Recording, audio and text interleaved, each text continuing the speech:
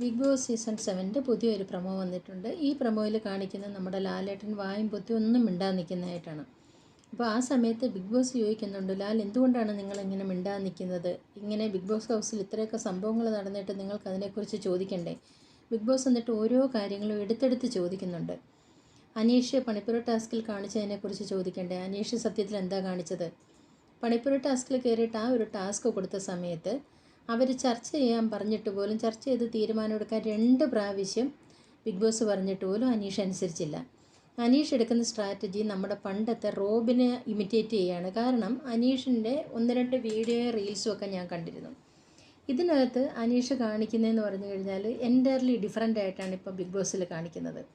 അപ്പോൾ തീർച്ചയായിട്ടും റോബിൻ്റെ ആ ഒരു ക്യാരക്ടറെ ഇമിറ്റേറ്റ് ചെയ്താൽ വിന്നറാകാമെന്നുള്ളൊരു തെറ്റായ ധാരണയാണെന്ന് തോന്നുന്നു അനീഷിനുള്ളത്. രണ്ടാമത്തെ കാര്യം ജിസയിലാണ്. ജിസയിൽ ആ ബിഗ് ബോസ് ഹൗസിനകത്തുനിന്ന് പല സാധനങ്ങളും കിച്ചണിൽ നിന്ന് മോഷണം പോകുന്നതും എടുത്തു മാറ്റിയിട്ടുണ്ടെന്നോ അനുമോൾ പല പ്രാവശ്യം പറഞ്ഞിട്ട് എല്ലാവരും കൂടെ അനുമോളെ ഇട്ട് എയറിൽ കയറ്റുകയോ ചെയ്തത്. അല്ലാതെ ജിസേലിനെ ഒരിക്കൽ പോലും ഈവൻ അവിടുത്തെ ക്യാപ്റ്റൻ ആര്യനടക്കം ഒരിക്കൽ പോലും വിലക്കിയിട്ടില്ല. അത് എന്തായാലും ലാലേട്ടൻ എന്ത് ചോദിക്കും, അതൊരു പ്രശ്നം തന്നെയാണ്. കാരണം ഒരുപാട് റൂൾ വയലേഷൻസ് ജിസയിൽ ചെയ്തു. മൂന്നാമത്തെ കാര്യം അക്ബറിനെയും നമ്മളുടെ ഒനിയലിനെയും കുറിച്ചാണ്. ഇവർ രണ്ടുപേരും സഭ്യമല്ലാത്ത, ഈ പ്രാവശ്യം അഭിലാഷമുണ്ട്, സഭ്യമല്ലാത്ത വാക്കുകൾ അതിനകത്ത് പറഞ്ഞിട്ടുണ്ട്. അത് തെറ്റായൊരു കാര്യം തന്നെയാണ്. കാരണം ബിഗ് ബോസ് ഷോ എന്ന് പറഞ്ഞാൽ പ്രായഭേദമന്യേ ഇപ്പോൾ ആൾക്കാർ കാണുന്ന ഒരു ഷോയാണ്. അതൊരു തെറ്റായ കാര്യം തന്നെയാണ്. നാലാമത്തെ കാര്യം ആര്യനാണ്.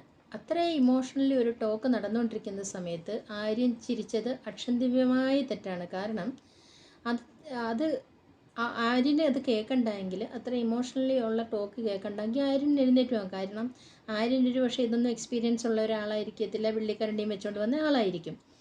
ശൈത്യ സിനിമയിൽ നായികയായിട്ട് അഭിനയിച്ചു എന്നുള്ള കാര്യം പറഞ്ഞതൊക്കെയാണ് ആര്യൻ എനിക്ക് തോന്നുന്നു ഏറ്റവും കൂടുതൽ അത്ര ഇക്കിളി ആയതെന്ന് തോന്നുന്നു. അതിൻ്റെ കാരണം ശൈത്യയ്ക്ക് അതിനുള്ള സൗന്ദര്യമില്ലെന്നോ അല്ലെങ്കിൽ അത് കള്ളം പറഞ്ഞാണെന്നോ തോന്നിയിട്ടായിരിക്കും. ശൈത്യ അങ്ങനെ കള്ളം പറയേണ്ട കാര്യമില്ല. കാരണം ഇത് പൊതുജനങ്ങൾക്കറിയാവുന്ന കാര്യമാണ്. ശൈത്യ അതിനകത്തൊരു കള്ളം പറഞ്ഞ പൊതുജനങ്ങൾ കേട്ടുകൊണ്ടിരിക്കുകയല്ലേ. അപ്പോൾ പിന്നെ ആര്യന് മാത്രം എന്താണോ അത്ര ഒരു പ്രശ്നം? ആര്യൻ്റെ അത്രയും സൗന്ദര്യമില്ല. എന്ത് സൗന്ദര്യം ആര്യനുള്ളത്? ആ പാടെ കുറച്ച് തൊലിവെളുപ്പുള്ളത്. ഇത് സൗന്ദര്യത്തിൻ്റെ ഒരു ഘടകമേ അല്ല തൊലിവെളുപ്പെന്ന് പറഞ്ഞാൽ. അങ്ങനെയാണെങ്കിൽ വേൾഡ് ബ്യൂട്ടി ഷോയിലൊക്കെ ഇപ്പം കറുത്ത വർഗ്ഗക്കാർ വരേണ്ട കാര്യമില്ല. അപ്പോൾ ഇതിനെക്കുറിച്ചെല്ലാം ഇന്നൊരു ചർച്ചയുണ്ട്. എന്തായാലും നല്ല ഒരു പണിഷ്മെൻറ്റ് കിട്ടാനുള്ള 100% ചാൻസ് ഉണ്ട്. പിന്നെ അതുപോലെ തന്നെ നമ്മുടെ രേണുസുധിയുടെ തലയിലെ പെയിൻ്റെ കാര്യം അനുമോൾ പറയുന്നത്. അനുമോൾ അത്രയും അത് വിശദമാക്കേണ്ട കാര്യമൊന്നുമില്ല. തലയിൽ പെയിനുണ്ട്, അല്ലെ കുളിക്കുന്നത് പ്രോപ്പറായിട്ട് കുളിക്കുന്നില്ല, ഇങ്ങനെ പറഞ്ഞാൽ മതി. അതിന് ഞാൻ നെറ്റിൽ നിന്നും ഇവിടുന്നും ഒക്കെ പെയിൻ എടുത്ത് കൊടുക്കുന്നോന്ന് വരെ അത് എക്സ്പ്ലെയിൻ ചെയ്ത് നാട്ടുകാരെ കേൾപ്പിക്കേണ്ട യാതൊരു കാര്യവും അനുമോൾക്കില്ലായിരുന്നു. അപ്പോൾ അതുകൂടാതെ രേണുസുധി ഇങ്ങനെ ഈ ഒരു പ്രശ്നം കൊണ്ട് തന്നെയാണ് പുറത്ത് പോകണമെന്ന് പറയുന്നു. ഒരു പക്ഷേ ഇന്ന് രേണുസുധി ക്വിറ്റാകാനുള്ള ചാൻസ് ഉണ്ട്.